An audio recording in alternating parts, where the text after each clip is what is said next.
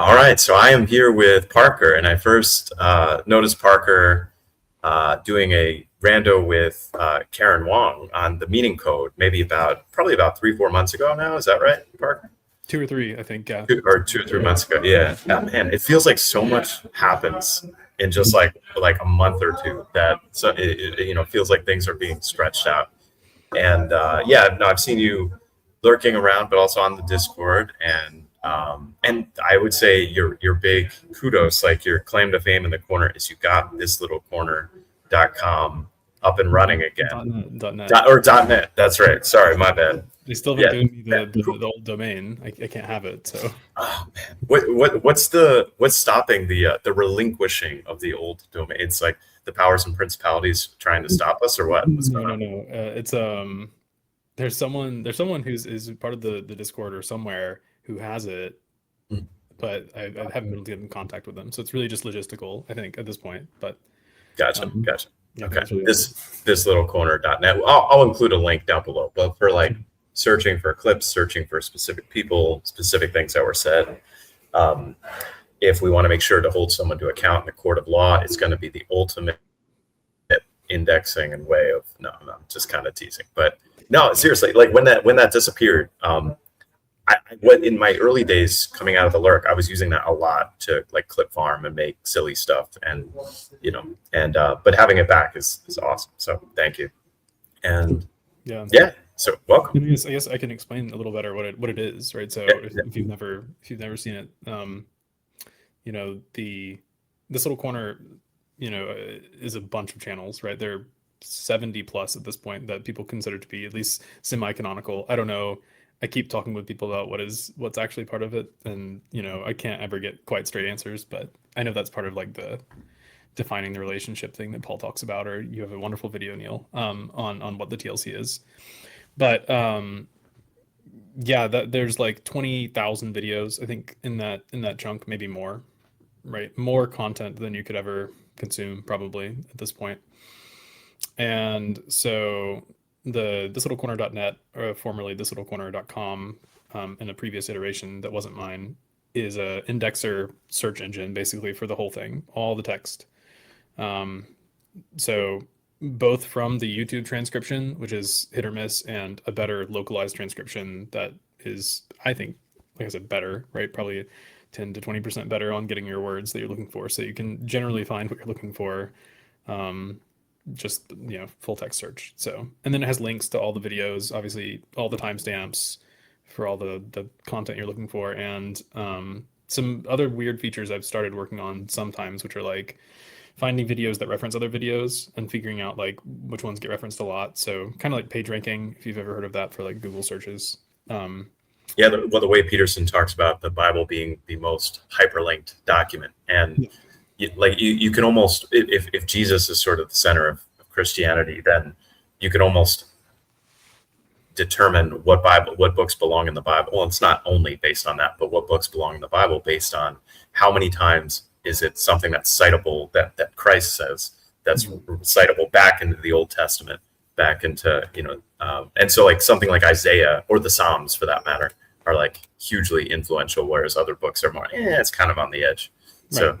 yeah, and same thing with corner channels. It's like all right, sort of maybe at some point, and then it's even worse than that because the channels aren't static the way like a text is static. So a channel can sort of move in closer into the corner and then move out from the corner, and that's really almost like a subjective definition in terms of like how it's really bad because it's how the person themselves relates to the corner. Because let's say they're making content that's considered TLC, but the person says, I'm not in TLC. So how do you classify that? And then, Right. or it could be someone that like considers himself in TLC or is trying, but like nobody in TLC is paying attention. And then the channel, both the channel content and who cares about it change through time. So it's this very fluid thing. And I love it because we have no idea how will, like one thing I've thought about is like, how will the early internet be perceived 500 years from now? That's such a cool concept to be like, oh yeah, man, I was on the internet in like the 90s. Like, whoa, that's like AD 38 or something. That's. Do you think about that at all? Often, yeah, often, because I'm a archivist by nature, right? I hate when things go away, right? I hate change in some sense, like a lot of people, but I manifest it in like I really hate when like link rot occurs. If you've ever heard of that, like a link doesn't go anywhere anymore. Like the place that it used to link to is gone, right? You see that a ton if you look at like the old internet, like you're talking about, like if you go like explore around, you'll be like, wait, all these things this person was hyperlinking to, they're just not there anymore, right? And there's some like horrible stats about how like 80% of links are, gone in like 10 years or something like that. Maybe it's not quite that high, but you can go look at the numbers. It's not very good. And yeah, so it's like, that makes me think of most species die out within a certain X amount of time. So you have like these evolutionary trees of species, but like within 10 million years, or like it's more probably more like 60 to 100 million years, but you got like 99.9% of the species dying out. But yet but then that same kind of form might come back in the next generation through a completely separate evolutionary chain, right? Yeah, convergent, right, or whatever. Or what's the third word? Something like that. Convergent. There we go. Yeah. Yeah, you do see that. But it feels weirder with data like this because we have the means, right, to keep it all, it seems like, and you kind of make this assumption in the back of your head, like, oh, the internet's forever, right? The stuff's going to be there. But I think that adage is only true about things that you don't want to be there. The internet's forever for things that you would rather not be there. But if you're missing something, of course, it's no longer going to exist. But yeah, I think about that a lot. And I think about how, if you try to look back now, like I said, a lot of it's not there anymore. There was the great crisis of GeoCities, if you've heard of that, which was, used to be a big hosting thing. And then I think it was acquired by Yahoo, and then they nixed like the whole thing, and only some of it was archived at the time. So thousands and thousands of personal sites just vanished, right? Things like that. And so, yeah, I do think about that a bunch, and I think about how the early internet looks, but we can see less and less of it. And also at the same time, you reminded me of like with the evolutionary thing. It's kind of like the survivorship bias, right? You see a lot of like, you see what survives. So your picture of what the old internet looked like is, if you weren't there, right, informed by what has made it through, which is fine in some sense, but I prefer it to all be there, right? I like the option to see it all, right? So even like with the TLC search, right, I'm archiving at least the text, right? I can't archive all the videos. I don't really have the space for that, but the text and I think all the audio probably at this point in like really crappy MP3s, but Well, one thing that happened recently was that just in the last like day or two, President Foxman, without my permission, by the way, this is kind of a running joke because we're friends, we talk often, but like without my permission, without consulting me, he took my original rando from the Friday Morning Nameless, of which the entire channel was deleted, and he posted it on Vice President Foxman. So he just took something that was perfectly lost to history and like revived it. Sorry, I'm just kind of joking around. But no. But there are people out there that are like preserving certain things that they find meaningful. Like even I'm doing that because I'm preserving some stuff I want for like, I want that for worldly news, or I want that for this, or this other purpose. Yeah. Right. Yeah. And so I also, in some small sense, see this little corner.net kind of thing as a preservation project, just because unfortunately my timing was super bad, because I think Chad, right, his channel disappeared.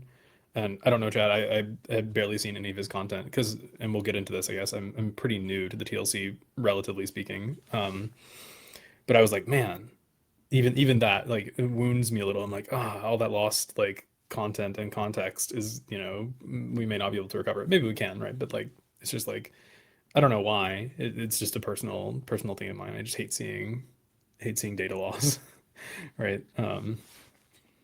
But yeah, sorry, go ahead. You're going to say something. Well, no, it's like we have in the early church, we have all these letters of St. Paul, but we know that there are other letters of St. Paul that are lost, like they've never been found.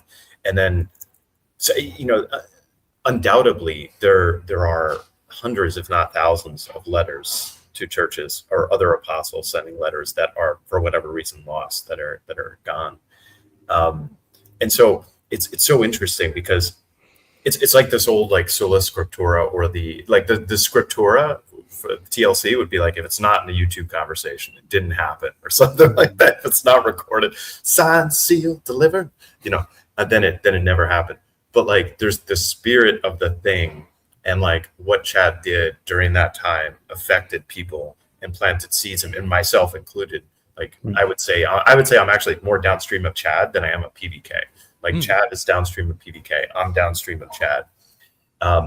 And so that spirit of things like moving at the same time, that the form of it is lost.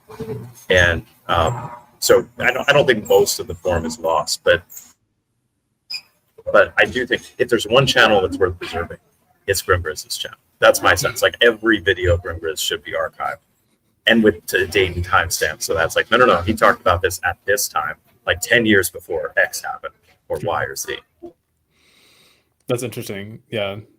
And maybe at some point we should start a more official video archival project. But also I think maybe I think I was talking to Grim about it briefly. He was messaging me, and someone else said something. I think it was maybe Afriel, which is there's a challenge with transcripts from Grim's channel, right? And it's because it's full of a lot of like things that aren't they're very important like pieces, right? But things that aren't the things that he's saying. And so transcribing is it acts weird about things like that sometimes. But yeah, there needs, if Grim is going to be archived, this is so I'm going to enjoy this because I'm going to put Grim under a microscope for a moment, because I've watched Grim long enough that I'm gonna study this thing. Yeah, what is this thing? This Grim Grizz? We're gonna dissect it and there's the things that Grim said. So first of all, there's the liturgical aspect of the progression of any given episode. And now there are exceptions to the liturgy. There are exceptions, like in his recent conversation with Matthew Peugeot. I've noticed that to the extent that the guest is a stranger to Grim or a stranger to the TLC, he will relax liturgical requirements of a typical show. Right. And then, so it's recognizing the things that are liturgical elements, and then somehow like parsing those off. But reference, at this point, we fired rockets or at this. But then the other part of it is like, it's also the live chats. Like, how do you preserve the live chat, the live spirit? Because I'm not going to go back. Like I sometimes I can't catch it, so I go back and I rewatch Grim Grizz or something. But I can't. I can't also. Well, I probably could, but I don't spend the time like going through the live chat and like trying to say like, oh, this person said this at this time, and so I participate as best I can, and I do fast forward through brandings I've seen multiple times. But then the other thing about branding is that sometimes the fourth or the fifth or the sixth or even the 12th time I see it, it hits harder, or like it like resonates with me in some way. Like that's happened. And so in certain brandings, I like really look forward to, where I'm like, oh, I love this one.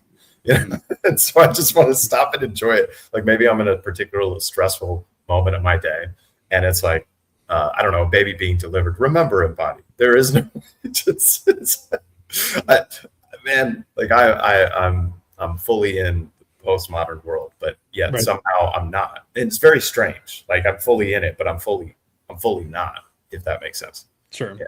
What are your thoughts? Something to be said about because we were talking about the preservation of the sola scriptura, the scripture of the TLC, and like. But the TLC is so powerfully, it's so obvious because it's discussed as a meta thing, powerfully influenced by memetics, right? Like, which are the spirit of the thing, right? For the most part, right? That's kind of what they represent. No, well, I would say the memetic is probably a layer above. Sure. You're right. There's like an archetypal layer of like, these are I think what we're trying to do is the things that are like unable to be deconstructed. Like we've got, sorry, go ahead. Yeah. No, I think you're right. Because as I said it, I thought about it and I was like, actually, there is like a little like something slightly different.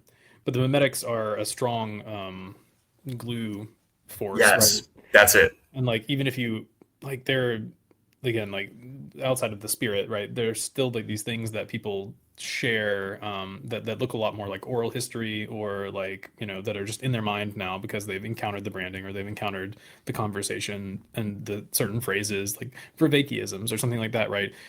permeated even if you don't have the video anymore, even if you don't have the content, right? It doesn't matter. Like too many people already are using that, and so now it's just the way that the system thinks, the way that the egregore here, right, it operates in some way. But It's somewhat like anti-textual study in some ways, because like so let's say you catch a PBK video or a Grimgrids video for the first time, and you hear something like optimal grip, or you hear something like opponent processing, or and you don't actually know what that means, and you're like, huh, okay. But then you have, if you're learning relationally as opposed to if you're a person that learns definitionally, I would wager we have very few people that fall into that category. Like the people who learn through like, oh, that's the definition. I can articulate it. I can always use it concretely in this way, in this shape, in this form, and that's the only way that thing is used. That's not what we're doing here. It's more of like how these things. It is truly a relational understanding of life, existence, philosophy, religion, because it like maps a meaning, almost like putting these pieces together in a way that like, oh, that's how. So I'll give you an example. Like Matthew Pajot, I listened to the Matthew Pajot Grimgrids conversation, and Matthew Pajot said, Satan wants to return us to formlessness, or I'm paraphrasing there, but the desire for formlessness. And because that would make us back into like the tohu abohu, like the primordial soup, the flattening of everything is formlessness. And then we will be the dust that the snake eats, like Satan eats, or you will also be lying on the ground on our bellies as dust, because the snake is going to eat dust for the rest of its life, and we'll be the dust. And like that connected a whole bunch of things to me. It's like, whoa, so so Satan is not so I've always thought of Satan as like the divider, the scatterer, but you can think the thing that scatters the individual or divides the individual is like you go from a point, which is like, I'm aiming for X or Y, whatever it is, to be like, no, I'm nothing. I'm not man. I'm not woman. I'm not married. I'm not this, like basically you're no relations at any level down. You sacrifice all specifics to the generality because you got to keep your options open, or you got all. And that connected a few dots for me. Why did I bring up that point? The relational understanding of trying to understand the current moment, and someone points out a star in the constellation, and you're like, oh, that connects to this and this and this and this, and it better fills in the map of meaning, the map of understanding. Right.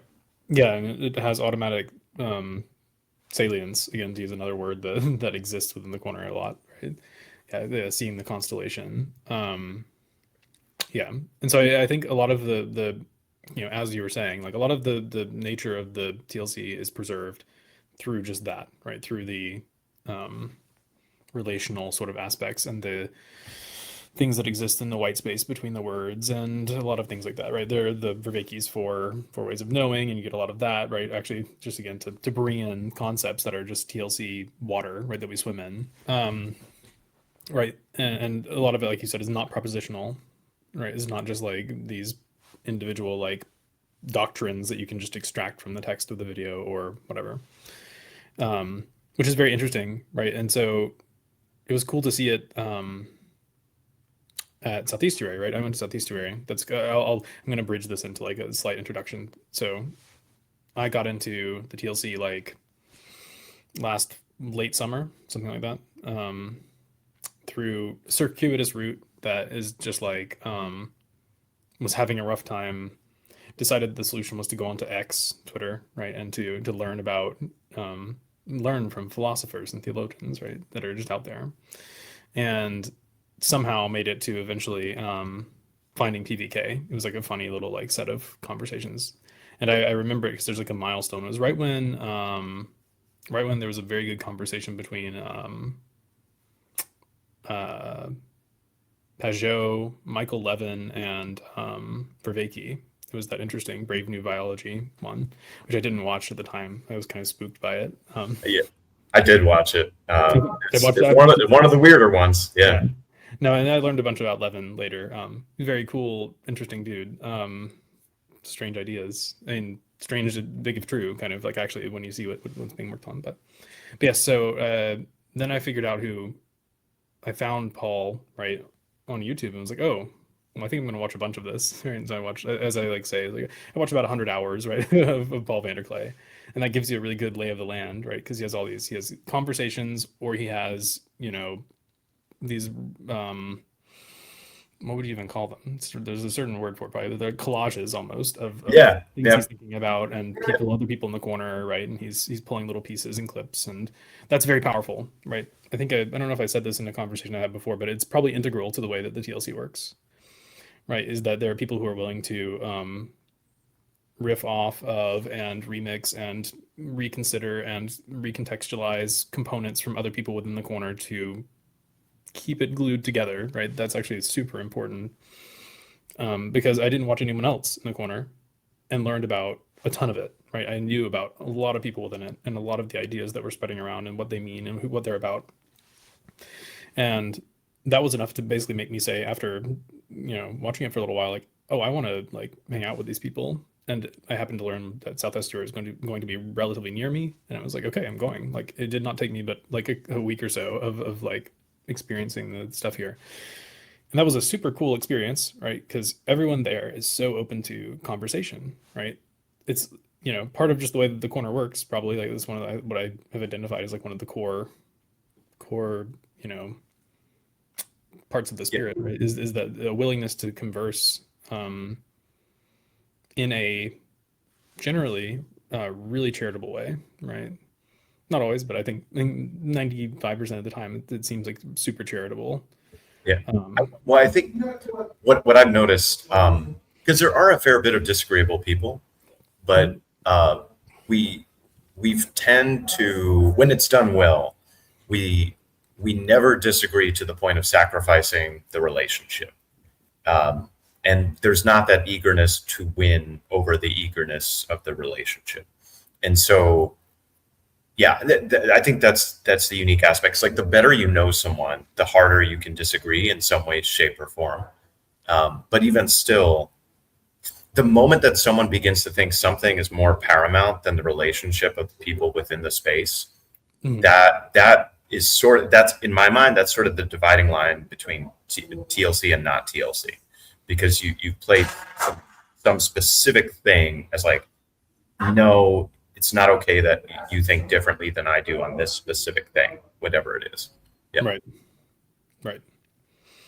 Yeah, no, I agree. And I think in another broad sense, and this is I'm actually still playing with this in my mind. I was doing some writing about the TLC and thinking about it, and like another underlying thing is that there's a partially maybe because of like the meaning crisis as the starting point, or a vague starting point for like people like Vervaeke and Peterson and like and PVK because of that, and it means that most people within the TLC are they care about meaning, right? And that's a funny thing to say, but I mean, like, they take it seriously, right? And that they believe that it exists for the most part, and that they are willing to like work towards things that express it, right? And that's another, like, again, very vague commonality, but I think it's important in the way that it's structured. But um, And that's almost a statement of faith, the way, yeah, the way you put that, it is. because um, the specifics of what we believe in and why are all over the place. Right. But the almost a statement of faith that there is something beyond the here and now, or even beyond of this world, that's worth exploring and focusing on and being open to, and that we're all searching and learning together. Yeah, but that is the meaning journey. It's that, Peterson's like like the individual against the dragon sort of individuality. I think it helped me. It helped me immensely, like immensely in my early days as like a personal transformation. But then beyond that,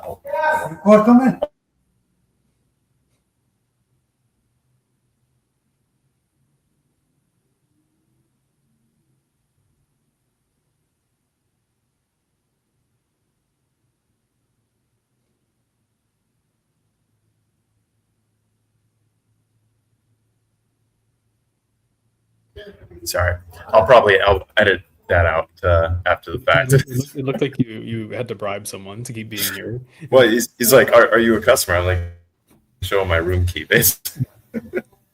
It's like, yeah, I live here. No, yeah. But the individual aspects only go so far. Mhm. And then questions like what is the good life, or how to like why are we here, what's the point of life even, and then inevitably those questions, as I see them, inevitably lead to other people.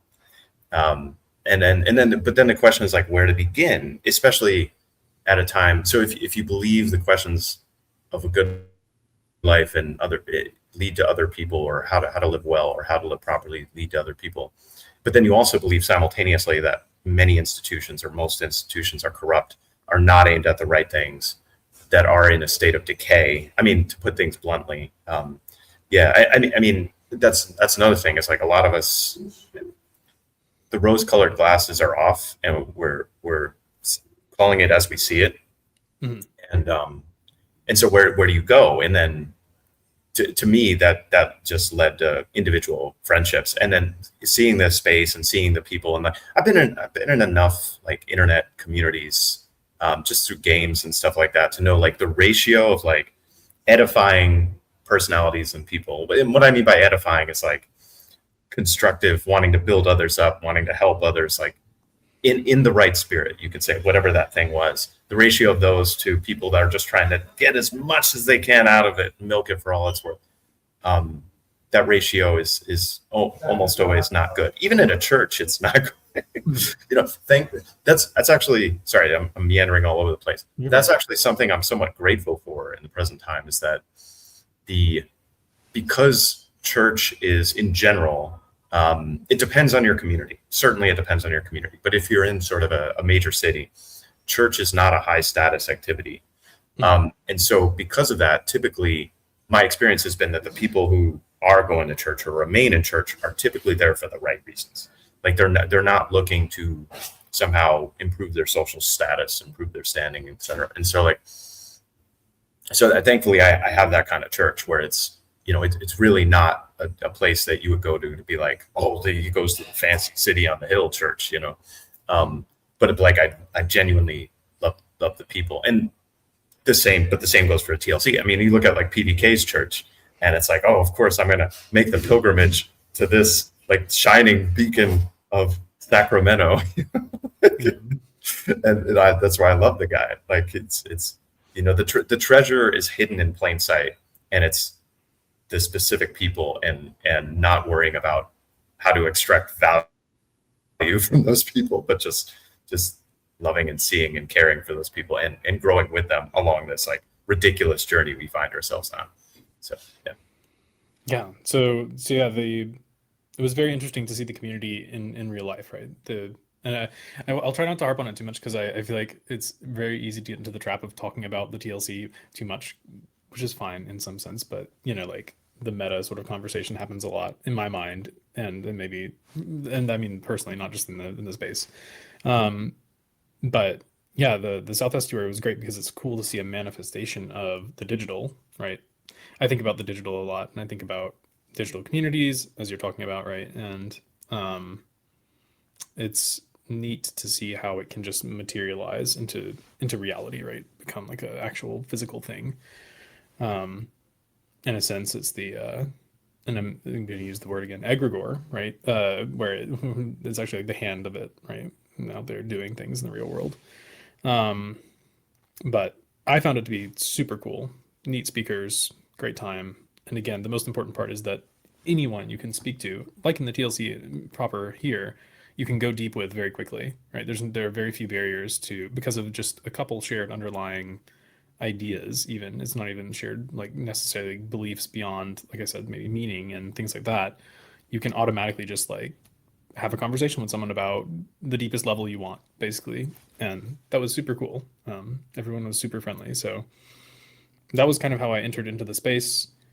And then kind of saw that even before I did that, I was thinking, wow, there's so many terms here and ideas, and like, how do I keep track of all of them? And I was like, well, it'd be nice if you could search all the videos. and then I found that it had already been done, but then that had kind of been retired, and I was like, well, I got to rebuild that. So that's kind of been my journey into the space anyway. Um, but it's No, sorry, go ahead. I don't yeah, know. no, that's my advice for anyone, looking to come out of the lurker or gain friendships or anything. It's like if you add value to the space, like you will be noticed and you will be seen, and but everybody's got different skills, different talents, and so it's like marrying up what you're good at with what's needed. And if you can marry those two things, like that's awesome. And then sorry, go ahead. No, no, that was really I think at least a short and quick way of how I like got into here, and then since then I've had a good conversation with Karen, and then got to talk to PBK at one point, um, and Jacob, and both of those were very very cool conversations too. Those were not not live, but yeah, and it's interesting that there are all these little Discord communities too. They're like 4 or 5 of them maybe, which is interesting because it's a little more balkanized than I had expected going in, but that's fine, right? Different corners of the corner, as people talk about, right? Um, but yeah, I think that kind of summarizes that part. I lost my train of thought though too at the same time. So um, Yeah, in terms of the history, it really centered around PBK. And I didn't come out of the lurk. I didn't start watching, I don't think, until like maybe 2021 ish, like maybe the year after COVID. And I didn't come out of the lurk until 2023. But I think I've got enough of the understanding of the history. Like it really was centered around PBK for the first year or two. Paul Vanner played this. He had all this time in his hands and nobody to talk to about Jordan Peterson. And then after COVID hit, like when COVID hit, those few months where people were trapped in their homes, and the Bridges of Meaning Discord exploded. Now I wasn't there for that, but that is really when it got going. And my understanding is like the conversations that were private in Discord at that time were on the level of like the deepest. Like I have sort of a romanticization of that moment in time because I missed it. I wasn't there for that. yeah, And like there were giants in those days, like that's how I think about it. But like you had like the deep, the intimate conversations within the Discord of people that were going through the roughest times of their life because of COVID in many times, whether that's relational difficulties or business is shut down or whatever it might be, or they lost a family member, all that stuff. And then from there, it's like PBK, man, he's like that instinct to not firmly entrench, like not make the network. Because I've been reading a lot about network theory recently. Very much like that's my sort of like my academic interest, and it's very strange because I find myself reading and I find myself really bored by it, but then I'll find a nugget of like, oh, that's interesting. It's like, and we are I don't know the technical terms of these things, but we're like a diffuse network. We're not a hub centric network. So if any one channel or one person is knocked out, it doesn't. Maybe it strains the network. It's definitely a loss. I don't feel like it's not a loss, but it also when that does happen, like it feels to me like when Chad decided to delete Friday Morning Nameless, that was like a push forward for me. It's like, okay, I have to start doing my own thing. And by the way, Chad and I are best friends. Like I am, So I talked to Chad today, only for like 10 minutes, but I talked to him today. So yeah, like we probably talk 2 or 3 times a week on average. Like, and yeah, and I completely understand the reasons that he did it.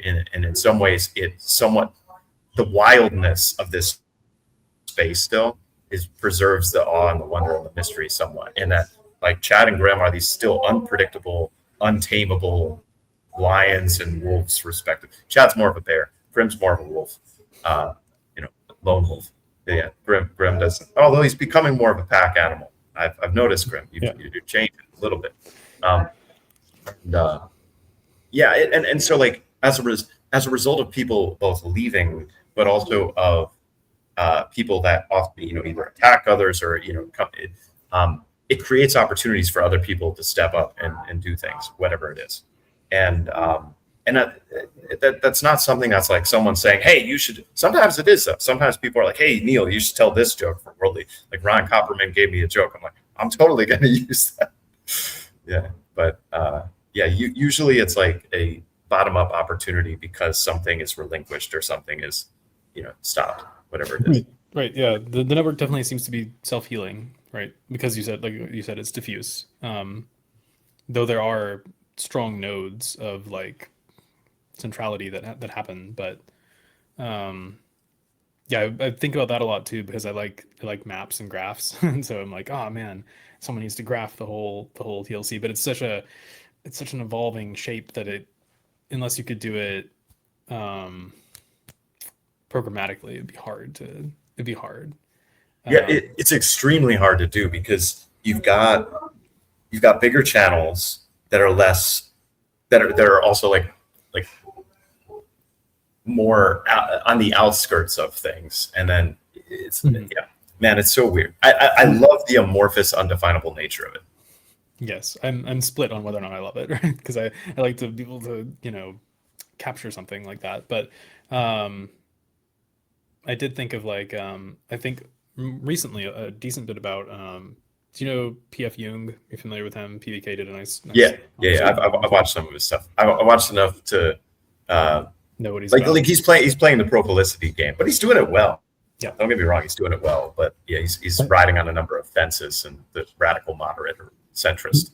Yes, dark centrist now, I think actually, which is more fun. But no, I like his mimetic feudal hierarchy concept, right? Because you were talking about bigger channels that are outside of the space, but that they matter. Like in some sense, Jordan Peterson, right, who's not active right now, but he's way up here, outside. He's not. He's only ever kind of barely been here in the flesh, right? There's that like one conversation with PDK, if I recall, like from way back, and but his impact is you know top down. It's like affecting a lot of the way that things happen here. Same with, and less so with Verveke, right? He's a little closer to here, right? But like they are some of the mimetic feudal lords or something like that, thought leaders if you want to use a more modern term or something, right? But like, and in a sense PVK, but he's closer to the ground, right? Because he's very much in this space doing things. I still think that he has a large impact on how everything operates here. But yeah, it is very interesting to graph the space. I wanted to draw a map, like I said. I don't know how that would work. I started a few times where I was like, oh, let's make a little like you know um, kind of like top down video game map, right, where it's got all the little like channels and kind of how they're close to different ones, but it would require it's a pretty Herculean effort in my mind still, despite what I've drawn out. But um, yeah, it's a fun thing to think about because it's an important space, and I value the community and the connections, and it's cool to be able to see them, and to discover. That's the other thing. When I think about like searching, or when I think about mapping or graphing or networks, right? It's like what value can we extract in the real world beyond just like we made a cool chart, right? Or like you can search, but like why are you searching? Now obviously like lots of people use the searching to be able to manifest better videos, right? That's a good end state in my mind. Or to find a for me it's always like a topic that I'm interested in, like I want to know more about a term that was used, or I want to know does someone in the TLC ever talk about aliens, right? And then so like I can go find all the different like conversations that have happened about that. Like so I think a lot about like the end goals. It's harder with maps. It's harder with graphs. It's like we can see these connections. What do we do with them? What do I do with knowing that this channel is closer to this channel? Maybe it helps me find better next steps if I want to like branch out in my you know relationship, or even just my parasocial relationship with the corner, right? Like there are lots of channels in the corner I've never watched, right? But maybe I would like to. So I think that's like I think about that value a lot. I ask people about what is valuable, right? And how we can utilize tech, in a sense, to continue to strengthen the way that the TLC works, because it's reliant on it, and it's reliant on this interesting format. But how else can we push through it? Sorry, I say push through it because I think back a lot to, there's a conversation that I think Paul Kingsnorth has with Mary Harrington, and those are both people who mimetically probably influenced the TLC too, right? And the conclusion from Harrington was that the way out is through, right? Kingsnorth's very doomer about the machine. I'm not. I like technology, right? I'm on Team Harrington. Yep, I'm with you. Yep. So I'm thinking about how do we harness the big machine, right, to do cool things, right, to get to meet people and to flourish as a community, or at least keep the network strong, right? There's a funny thing that I hear sometimes, and maybe you can tell me more about it. A kind of theory within the space that if the TLC was ever too big, it would dissolve, or it would fail under its weight, or something. I don't know how I feel about that, and I don't know where that comes from exactly. But I was going to ask, what do you think of that? Do you think that the influence of this little corner and the thoughts within it, the memes within it, right, have to stay rather localized for them to keep their salience? I don't think so. I think it can grow. There are limits to what any one individual can keep up with and do. There's already too much content for any one individual to keep up with, which is in some ways a blessing, because we're already beyond, what PBK can keep you. Like, we've already surpassed that, and his ability to conduct randos and stuff like that. Whereas, like, I kind of think of myself as, like, Christian Baxter is another, like, common next stop for PBK. And like me and Christian, and there's a few others that I think we're thinking of ourselves as, like, okay, once people get past the PBK layer and they want to know more people within this space, like interpersonally, like beyond just the ideas, then what are the next steps? And I think it's like, I would say the typical ones are a Luke live stream or someone else's live stream. Could be Jacob, could be Mark Parker. You got Jacob on the right, you got Mark Parker on the left, you got Luke doing out there in, I don't know, northwest corner field or something. But Luke, I said Luke's superpower is just making people feel comfortable to come out and learn.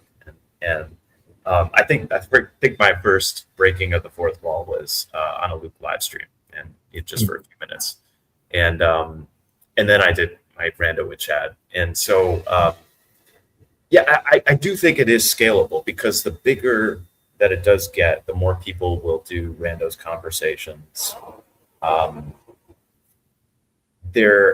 think Grimm's vision was always that people would do a better job, and this hasn't really materialized, but what Grimm wants, that people would do a better job clip farming and aggregating together specific moments, specific times of relevant, like that's an important point, or that's a useful, or this is like, if you can't listen to an hour and a half conversation with this new person, listen to this 5 minutes or this 1 minute, because this 1 minute, that's like the essence of this person, or like you could really get to know them. It's hyper salient in that 1 minute. I think that was Grimm's vision, and Grimm really wants to put the spotlight on the lesser known elements that need to be brought in. And so I do think it's scalable. One thing that I worry about or don't like is we become too theologically centric, and we become like the theological conversation. I see almost like us getting high on our own farts. It's like we're so self-absorbed in our own, like our we know so much more than the mainstream Christian churches or whatever. It's and really the way I see us is like what we're here to do is for people who are deconstructing from the culture and are maybe starting to think about church or exploring church, but also the churches are not doing all that well, but they're high in openness and relatively intellectual and wanting to know how to navigate the current time, or just searching for answers. And if the church is not and many churches are not equipped to, be grappling with, let's say, the questions of the age. And that's our primary mission, as I see it. But again, that's my own projection. That's my own. So like that's where I want to influence the corner to be more outgoing. And so I love people like Grim Grizz because they branch us well outside of we are in the strict theological matrix. We just care about these Christian terms and concepts and all this stuff. It's like, no. Like our mission is way, way broader than that, and so, okay. So I kind of danced around your question. Can it grow? Yes. Is it a very steep slope? Yes. However, I would say when times are good, it's not going to grow very fast because people are doing okay. The relationships are chugging along. They've got a job. They've got priorities, whatever, like it's only during really tough times that's when you have spikes in people looking for answers and looking for alternative ways of seeing and knowing. And it's like, where did I go wrong? Like what's happening? Like what's going on? So like, I'm thinking about this a lot. I want to do a video on this actually. I don't want to drop exactly what I'm going to do yet, but I will do a video on this. Like how do we prepare for inevitably like the next deconstruction, like the next level of deconstruction? Because it always comes. Like there's always a next recession. There's always that like, the last time it was COVID, the time before that it was the Great Recession. Like there's always the next thing. Maybe it's maybe it's AI, maybe it's something else. We don't know. But the person who's, let's say, relatively high in openness, but has a decent paying job and they've got a decent relationship and they're going through life and they like their spice latte and they like their skinny jeans and they're just happy going through. I shouldn't say happy. That type of person probably has enough anchoring them to their current life that they're not necessarily looking for alternatives, but they sense that something's missing, something's not right. And anyway, I'm making up this straw man of a person in my mind that I'm envisioning, but I know there's a lot of people out there like that. They're like, wait, like in the back of their minds, it's a dangerous question to ask. The dangerous question being like, is this what life's all about? Whatever someone's doing. And so like I've erected my own imaginary edifice of what we're doing. And I don't know if that's actually true, but like the way I think of this space is somewhat Robin Hood-ish.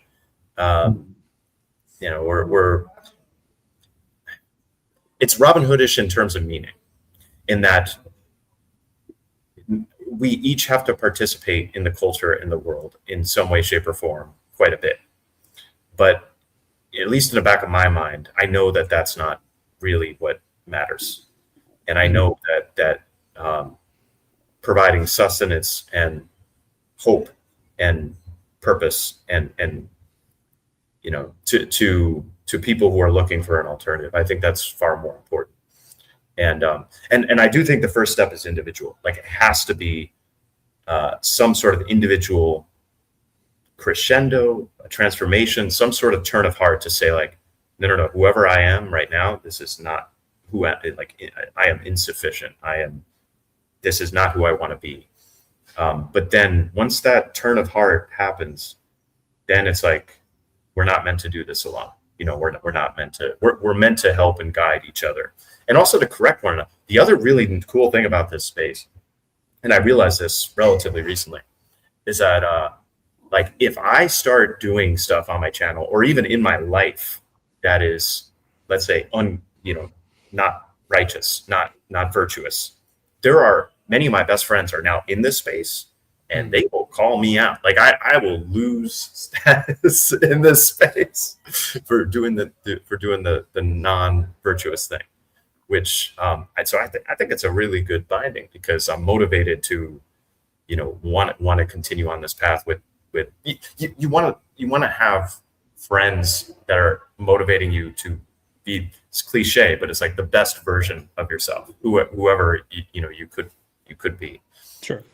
And inevitably we get corrected along the way, but like, yeah, I've got my church on one hand, and that's a correcting mechanism, and that's a guiding mechanism, and then I got this group of friends within the space that is like equally potent in its corrective mechanism, but their faith is no weaker than the people in my church. They just have varying amounts of faith. Sorry, they have different traditions, and yet I know they're all pointed at the same thing. So anyway, that's a lot. I went all over the place. I didn't really answer that, how it grows.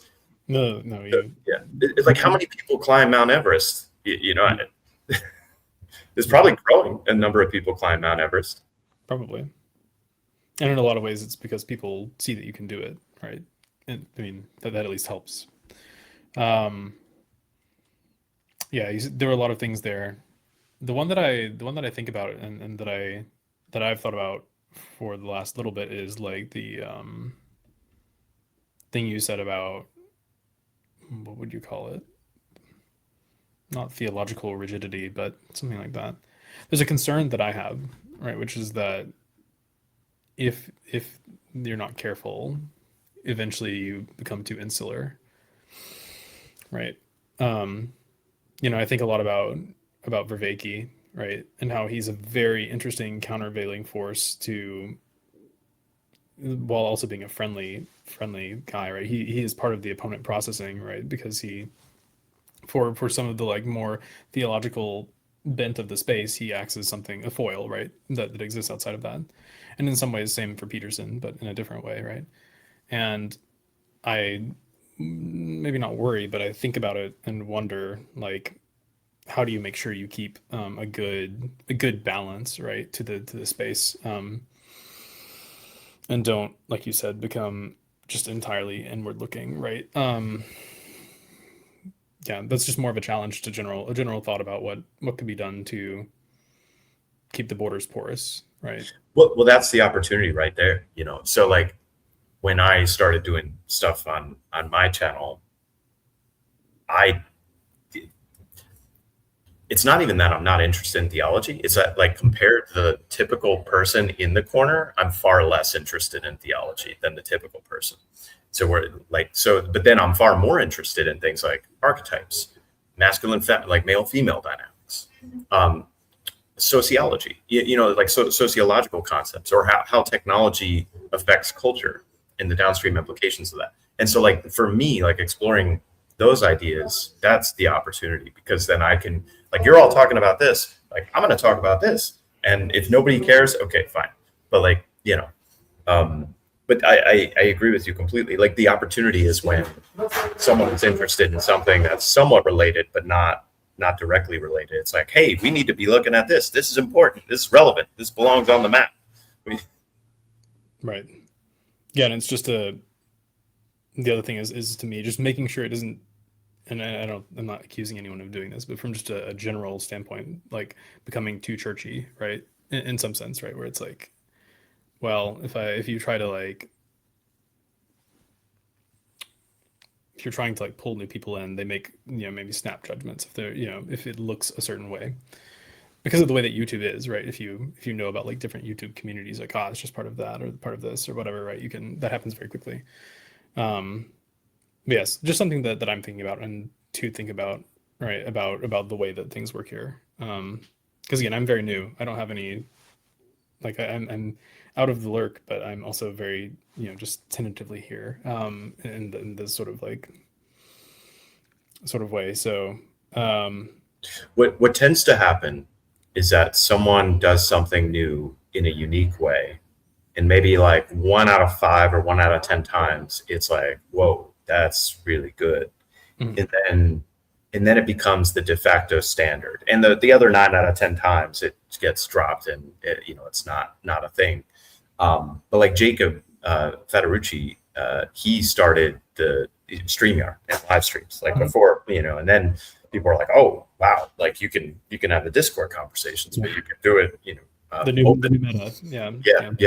And then and I think there is an opportunity there, because one of the big downsides to this space right now is, like, we have these events, but they're periodic, they're they're not according to any regular cadence. And maybe that's also a strong suit, that they're kind of like a blip in the night.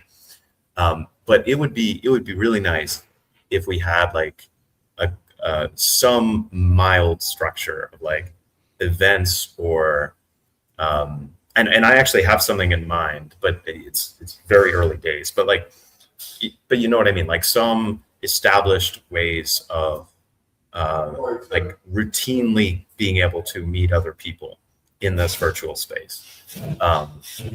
Yeah, so I do have something in mind, but I think that's an opportunity for the future. Sure.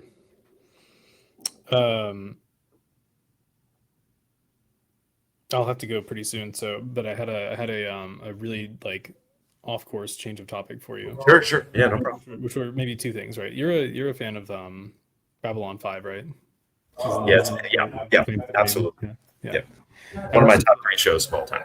Yeah, I watched it for the first time last year. So that was, I had friends who had been hounding me about it, and they're like, "Oh, you got to go watch this. You got to go watch this." It was very good, I have to say. It exceeded all my expectations. But I've been thinking about. I was going to bring in an off the wall topic, which is aliens again, because I said it earlier. But you know, it's in the news right now. It's really big. What do you think about that? What do you think about the potential things? Because I know, and I'll tie this back in because I saw a reference clip from Grimm's stream with Matthew, right, where Matthew says something like, basically people are going to find out that it's all Nephilim or something like that at the end of the thing. But I don't know. I as I kind of like thought that would be a very strange disclosure, right? To hear like, oh yeah, we have been seeing things, but they're all the U.S. government's like, yeah, we think they're all demons or Nephilim or something. It's okay. But what do you think about that? Just what's your general take on UFOs? And again, I'll preface it with that I went down a rabbit hole for the past like 3 months. So it's a really interesting topic. I think even, you know, if you asked me that 10 years ago, I would have been, I think, far more enamored with the idea and really wanting to know more. If you asked me even like 10 years ago, but it like on the other hand, you could ask someone who's an atheist or an non-theist, like, what if you found out that God was real and that was all loving? Like how would you square that? Or imagine that the aliens had the capacity to cure all human disease and didn't do it, or they had the capacity to stop all war and they didn't do it. They could say, oh, it's the prime directive. They got their own version of the prime. You know what the prime directive is in Star Trek terminology. But then why even be here? Why do the anal probes? Like why even bother? You know. Yes. Yeah. I'm being somewhat facetious there. Yeah, it would not at all surprise me.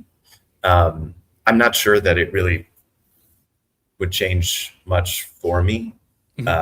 You could say, like, why do our lives have any meaning whatsoever then if there are aliens that are far more powerful, or spirits that are far more powerful that are governing everything?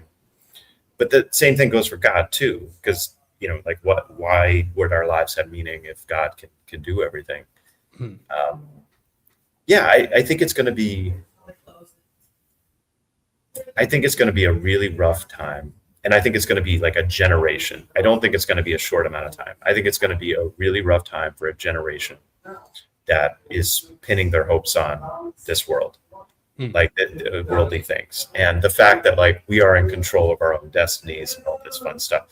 And I actually do think we have a fair bit of control over our own destinies, but it's within the frame that's presented to us. And I don't know, you know, I'll believe it when I see it.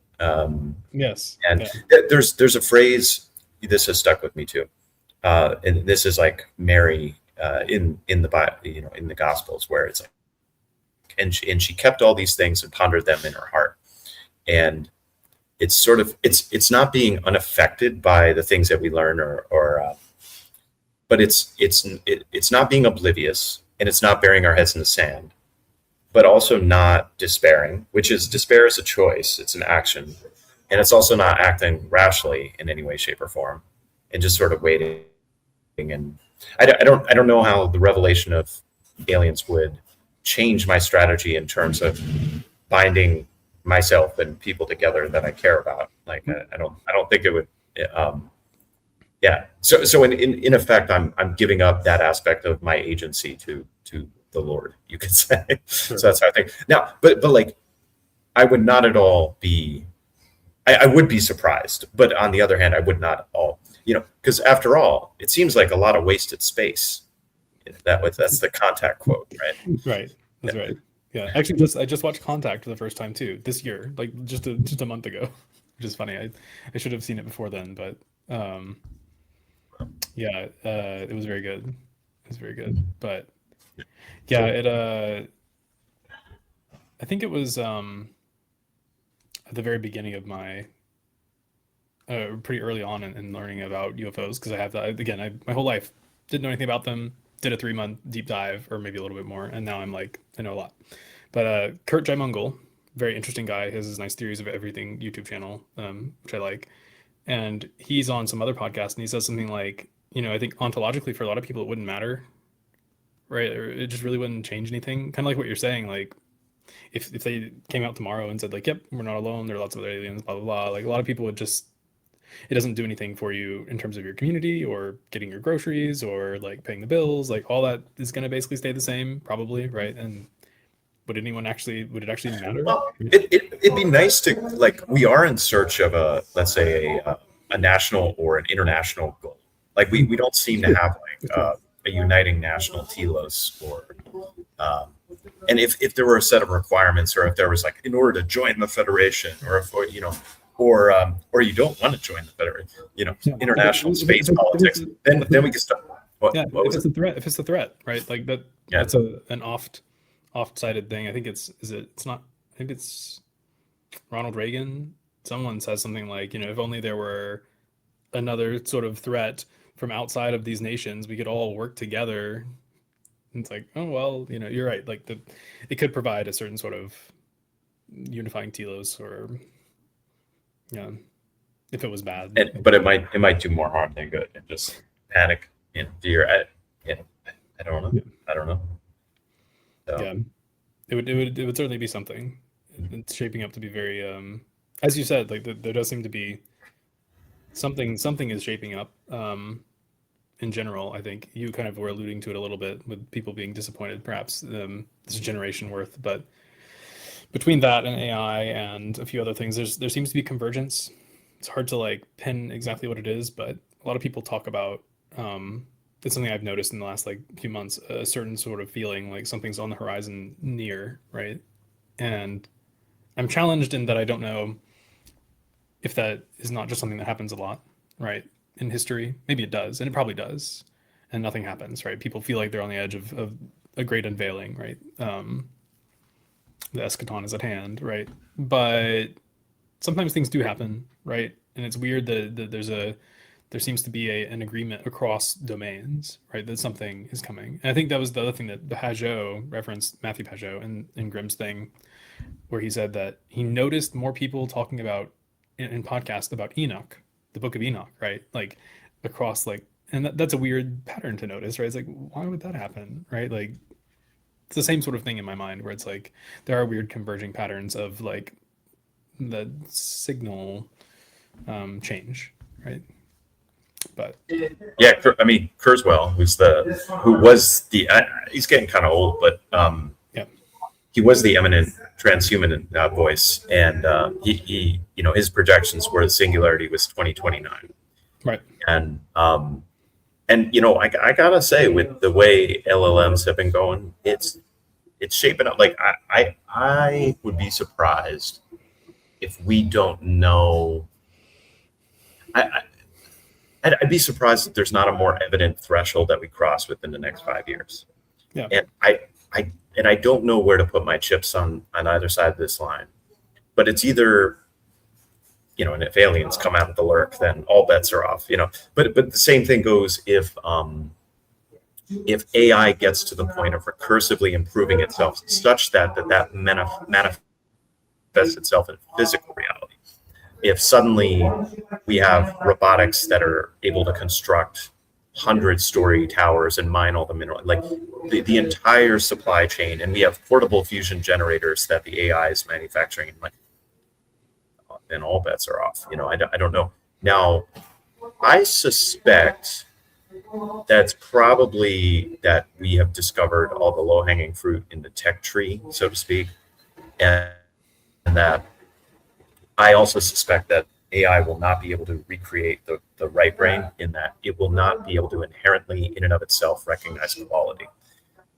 Whatever we're doing when we're struck in awe or struck by beauty, I suspect there's something in our biology that's not able to be recreated. I don't. Could be at the quantum level. Does the brain operate at the quantum level? I don't know. I don't know. I just have a sense. I could be totally wrong about that. So, but I think within the next 5 years, we're going to know whether, yeah, like you said, there's some threshold that's crossed where all bets are off, or we're entering a new stagnancy. And I don't know. It's going to be a very interesting time, and I also don't know how to prepare other than relationally. And but there are moments in the Bible where God basically says, "Get all your stuff and go, and don't look back." Mhm. And I'm probably going to make a video about that in the near future. So Yeah, I think the relational thing is a very important and powerful place to start there. The other thing I'll say, I'm reminded of, because it was a few years ago that Brett Weinstein talked about singularity. As I used to watch his channel a good bit back in the day, his podcast, and he was just talking about, in the metaphor of singularity, right? The idea of like a black hole, you can't see beyond the event horizon, and like I like that metaphor. It has become increasingly true over time, where it's like, oh, actually, as we get nearer to these big potential changes, it's really hard to actually like figure out what it's going to look like on the other side of that event horizon, right? Like you said, I don't think anyone knows where to put the chips, right? But I think it's a good bet relationally, right? In most outcomes, you would want to have a strong community and strong relationships, and yeah. Sorry, no. This might be a good place to end if you yeah, get a good soup. But I really enjoyed this, and yeah. I'd like to talk again, especially like you're one of like only 3 people in the corner that's watched Babylon 5. So, anyone that likes Babylon 5 is going to be an instant friend of mine. So, Good. Glad to hear it. Yeah. Likewise. There's so many amazing things about that. So, like this will make sense to you, but like the person I aspire to be is like Marcus Cole. Like, yeah. So. Yeah. Like he draws the org chart, and where Ivanova's like, where do you fit in the hierarchy? Do you remember that scene? Yeah. A good aspirational goal, really. Yeah. But yeah, this is great, and thank you for having me on. So my pleasure, partner. Yeah, we'll talk again. Hang out. I'll end the recording, but. Yep.